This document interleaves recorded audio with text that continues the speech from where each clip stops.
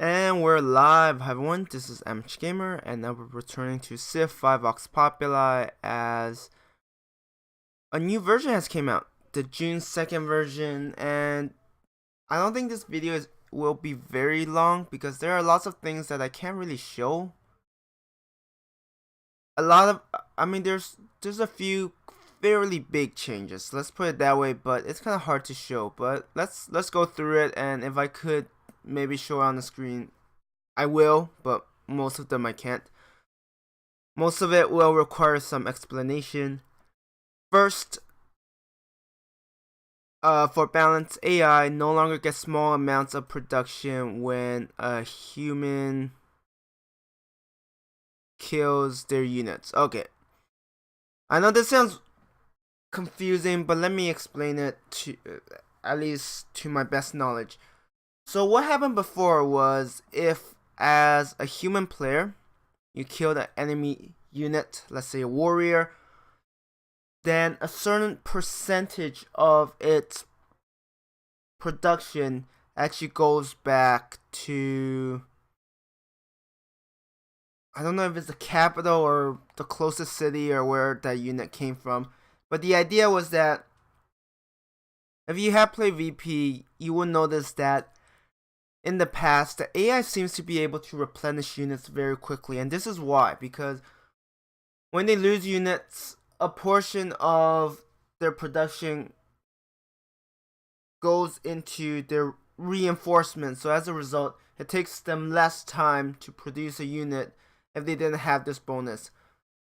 So what this will do is make it so that, as a human player, you're in a war, you kill off the enemy units, then they will actually take, the AI will take a bigger hit.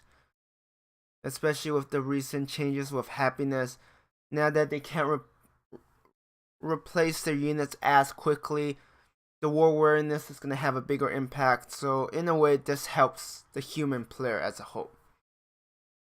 So that's a small production, basically a certain percentage. I don't know what percent, but let's just use a random example because why not? Let's say you kill off an enemy archer. Archer has 60 hammers.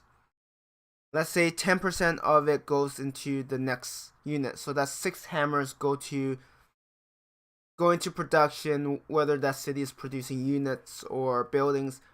Normally during wars, if there's supply, it's kind of a safe bet to say that the AI will build units. So for example, if the city is building another archer, you shave off 6 hammers.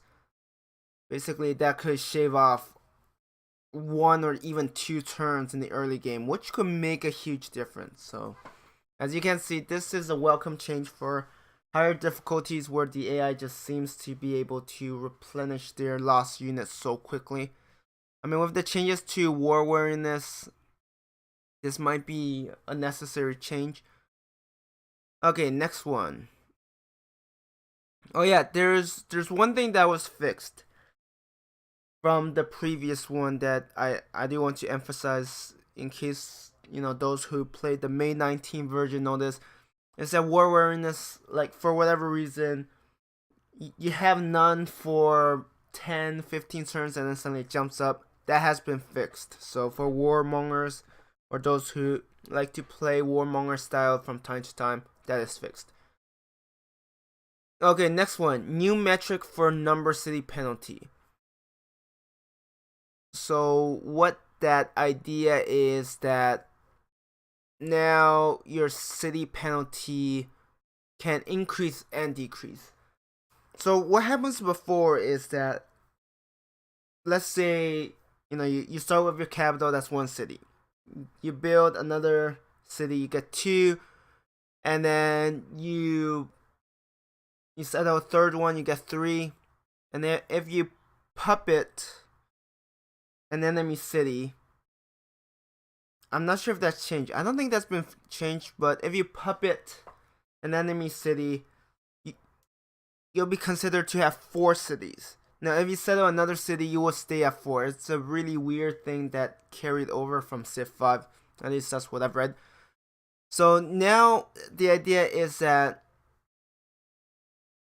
your own cities can increase or decrease. So for example, if you're in a war, you set up 5 cities, you lose 1 city. Now as you can imagine, if the game still sees you as 5 cities, then the costs that are associated with each city, which is 7%, will still apply despite you losing 1 city, which means it's harder for you to come back.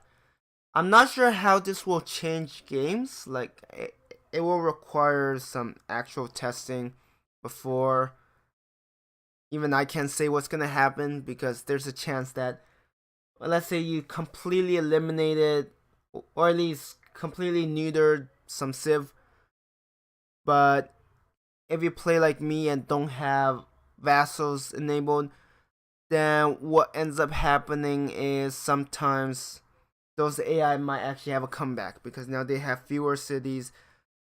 The city might not be as developed, but they also require less science and policies to keep up. So it might create some interesting situations, but until I actually see it in game, I don't know. And then the other one is no longer considering raising city as free. So I think the idea before was that if you raise a city, it wouldn't add to your cost, but now it might add to your cost. I'm not sure how it works. This is something that I might have to. This is something I might have to look into because I'm not exactly. I'm not sure about the details because one way I understand it is that from the way they were.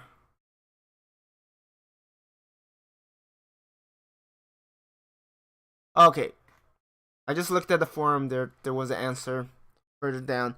So the idea is this. Let's say you have you just capture a city, you decide to raise it. While the city still exists, so for example, let's say it's 20 pop city and it takes I think 20 turns to raise. So the idea is for those 20 turns, the game will look as if that raised city also counts as your own city. So what happens is it increases costs briefly. So once the city fully get raised and it vanishes, then your number of own city counts will drop. But while it's being raised, it increases. So it takes that into account. So your culture and science will increase. But honestly, it does depend on the size. If it's a large city, you might keep it. This might change how you approach later game, but I'm not sure. Like, if you're conquering enough for that to be noticeable, you're probably already on your way to victory, unless you're playing on like enormous maps, which I don't have the luxury because of my laptop. Alright, let's move on. Now, we have improvements. So, first, landmarks got changed. So, one of the things that we were discussing about landmarks is that. Wait, is there no way? Okay, let's see. No, I need improvements. I just don't know where it. Where's it? Terrain features? No. Resources. Improvements. Yeah, should have looked for the farm. So, landmark. So, the idea before was that, normally landmarks doesn't really help civs outside of those that are going for cultural victory. Their yields aren't that great. Yes, they do, like, people build landmarks for happiness more than actually the yields themselves. So one of the changes was that they actually get +3 culture, +3 gold, which you see here, in addition to the rest. So the idea is trying to make them better so that it's actually a hard choice. Like, do I want an artifact or do I want the landmarks? And if I want the landmarks, it's not just because I want the happiness, but also because it has decent yields. Because the thing about landmarks is they come fairly late, and if their yields aren't that great, then people generally just want great people improvements. So as you can imagine, it's not a great option, but now it's slightly better. Only time will tell whether or not they're good or not. I mean, +3 of each is still kind of low, but like I said, I need games to figure out. And the other thing is that now if you build a landmark, so let's say you build a landmark in a foreign territory. That means that not only you, but also the owner, so whoever controlled that tile, both get +3 happiness. So for example, if I'm building a landmark in my own territory, I will only get +3. That's it. If I build a landmark in my neighbor's territory, I will get +3. My neighbor will get +3. And I think you will also get like a diplomatic bonus. So that might be another reason. I don't know how big it is. It's probably not that big. And normally you do need open borders, and yeah, only time will tell if this is still better than getting artifacts. Next, happiness, slight increase to tech penalties, 200 to 225%. Okay, I need to settle the city. 200 to 225%. I'm actually not quite sure. Happiness, tech penalty, 70%.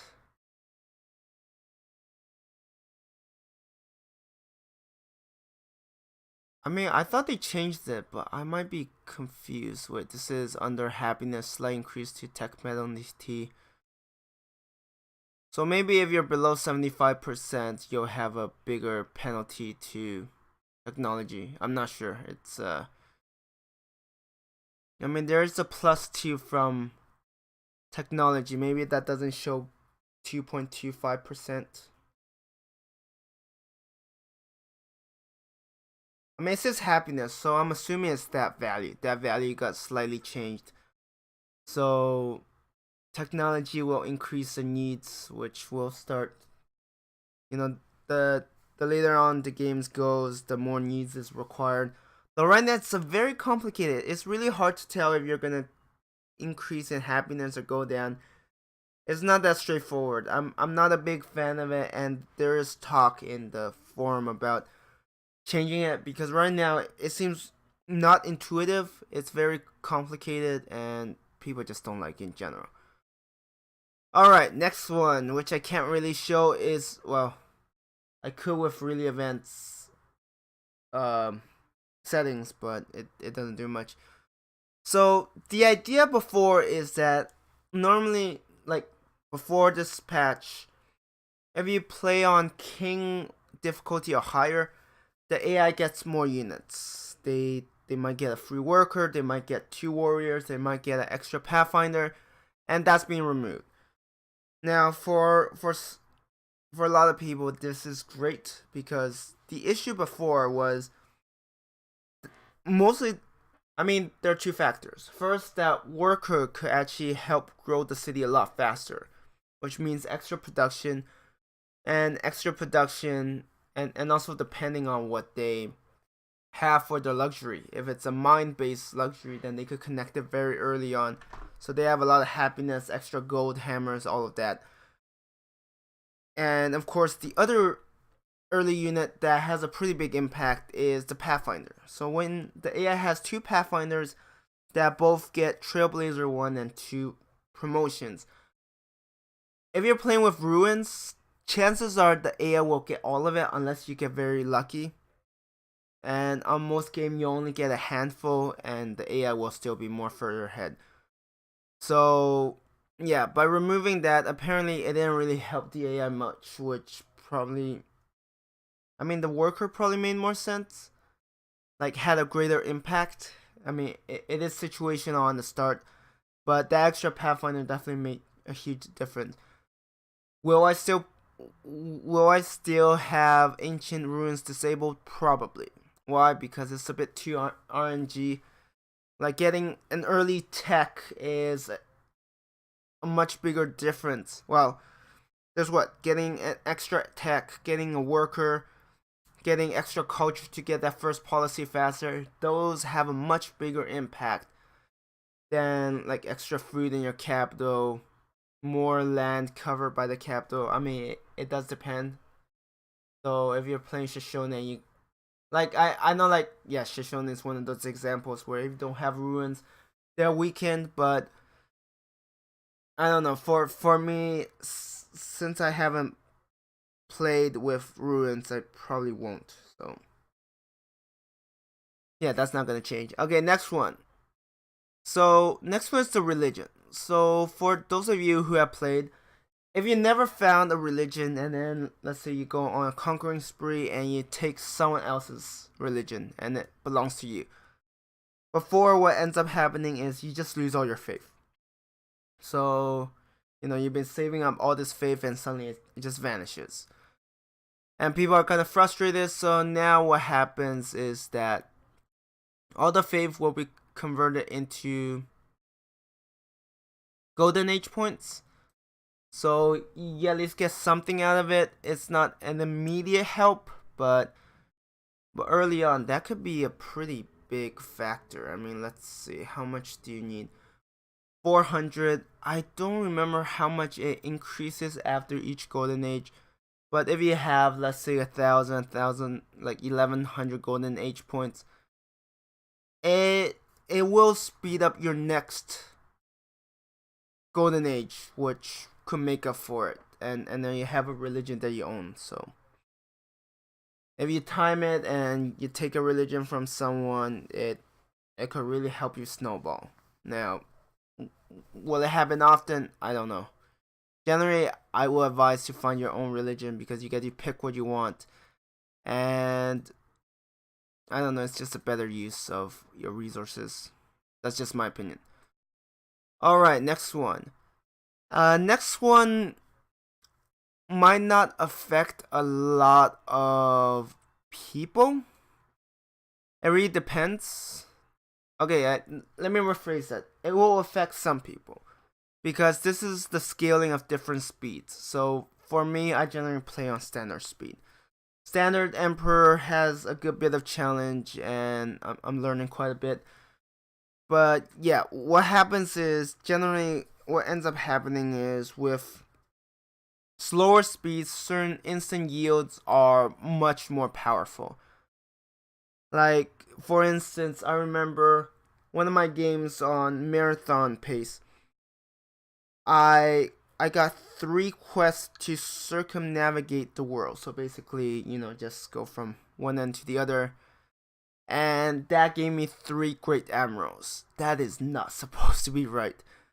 So right now, there's a scaling values where for quick is 50%, standard, normal 100%, epic 150, and marathon 200.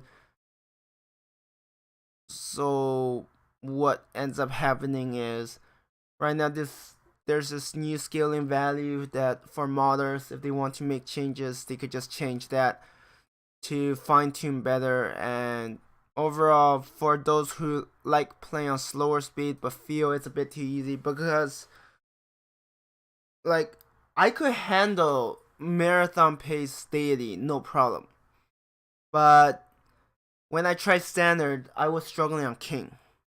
I mean, now I'm slightly better at going to emperor, but it's not that much better. But standard is harder, but maybe with this change things will be a bit stronger. But see, the odd thing with it is that these yields affect the AI as well. So if they were strong before, like ultimately slower speed is generally easier because you have more turns. And if you have more turns, generally the human player can make better decisions, can plan ahead better, and as a result, just steadily over time defeat the AI. Like, I mean, marathon pace. Oh shoot, I can't remember. It's what, 3 times? No, twice. No, 3 times as long. Because, for example, from my memory, like a monument would take. Oh wait, no, twice. A monument would take like 26 turns, and these texts would take 24. Yeah, I think it's double. Epic is like 1.5. So the idea there is, if you have twice as many turns, then you have more time. Like, especially for war. I mean, one thing I liked about marathon is that you could use your unique unit longer. Like for, like here, like if I have, China and get my, Chocanu, I'll be able to use it until here. I mean, it takes how long to get through this? 100 turns? 110, 20? You get the idea. But for marathon, it would be double, so that they would have a greater impact. That's one thing I liked about it, but of course, it's just the way the scaling. I mean, this alone won't fix it. This alone will help move it in the right direction, but there's definitely a lot more changes need to be made. Because one of the things that's crazy is, like, for example, statecraft. For statecraft, for trade confederacy, you also get +1 influence per turn. But what ends up happening is the influence on marathon decreases at like a third of what you experience in standard, but you get +1 influence. So if you go statecraft, it's very easy to be allies and just see your influence balloon into ridiculous levels. So there are lots of things that need to be changed. But right now the balance is on standard, and honestly, standard, there's a lot of room for improvement still. Despite all of this, I'm hoping the happiness could be fixed a bit, because right now there's a lot of micromanagement, especially if you go